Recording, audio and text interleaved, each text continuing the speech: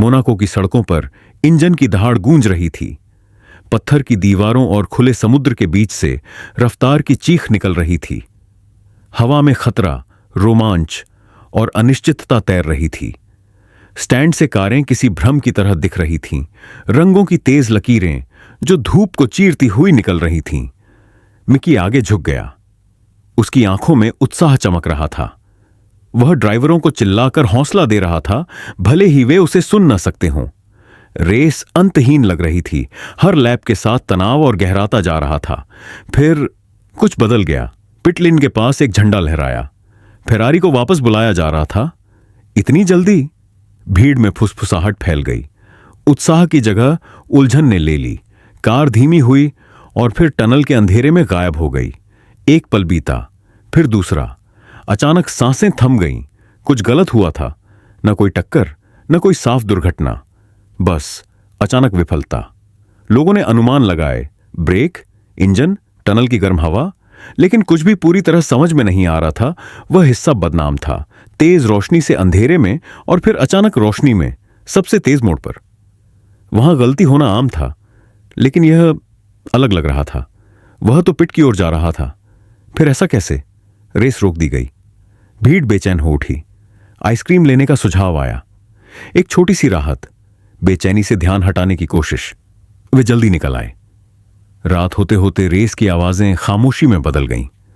सिर्फ स्क्रीन की रोशनी बची। डेविना जागती रही, तस्वीरें स्क्रॉल करती हुई, दुर्घटना से पहले की, फ्रेम दर फ्रेम, एंगल दर एंगल। तभी उसने उसे देखा, एक जाना पहचाना चेहरा, भेष में, फेरारी के तकनीशियन जैसा कपड़ा पहने हुए। बनी। डेविना का पेट कस गया। उसे याद आया, सट्टे, जीत पर नहीं बल्कि दुर्घटनाओं पर, तबाही पर, असफलता पर। उसने स्क्रीन बंद कर दी। कुछ सच ऐसे होते हैं जिन्हें देखने के बाद भुलाया नहीं जा सकता। सुबह आई, साथ में सफर की तैयारी। वेरोना इंतजार कर रहा था। सड़क लंबी और शांत थी। कार के अंदर हल्की बातचीत चल रही थी, मजाक, ताने। बट डेविना चुप थी। उसके दिमाग में एक ही सवाल बार बार घूम रहा था, दुर्घटना या साजिश? मिकी खिड़की वाली सीट के लिए बहस करने लगा। न मिलने पर पूरे रास्ते चीखने की धमकी भी दी।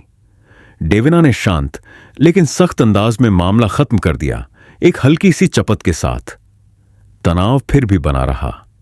डेविना पीछे झुक गई। उसने सांस ली। चीड़ के पेड़ों की महक, कुछ ताजा सा, जैसे सेब। एक मौजूदगी जिसकी उसे आदत हो चुकी थी, शायद जरूरत से ज्यादा। उसने खुद को नियम याद दिलाए। 1 साल पहले उसकी पत्नी गायब हो गई थी। हेडमिस्ट्रेस की चेतावनी साफ थी, सीमाएं, उद्देश्य। अच्छा पिता होना अच्छा इंसान होने की गारंटी नहीं देता। फिर भी कार बहुत गर्म थी, बहुत सुरक्षित, और यही बात उसे सबसे ज्यादा परेशान कर रही थी। सड़क आगे बढ़ती चली गई, शांत, खतरनाक और अनदेखे रहस्यों से भरी हुई।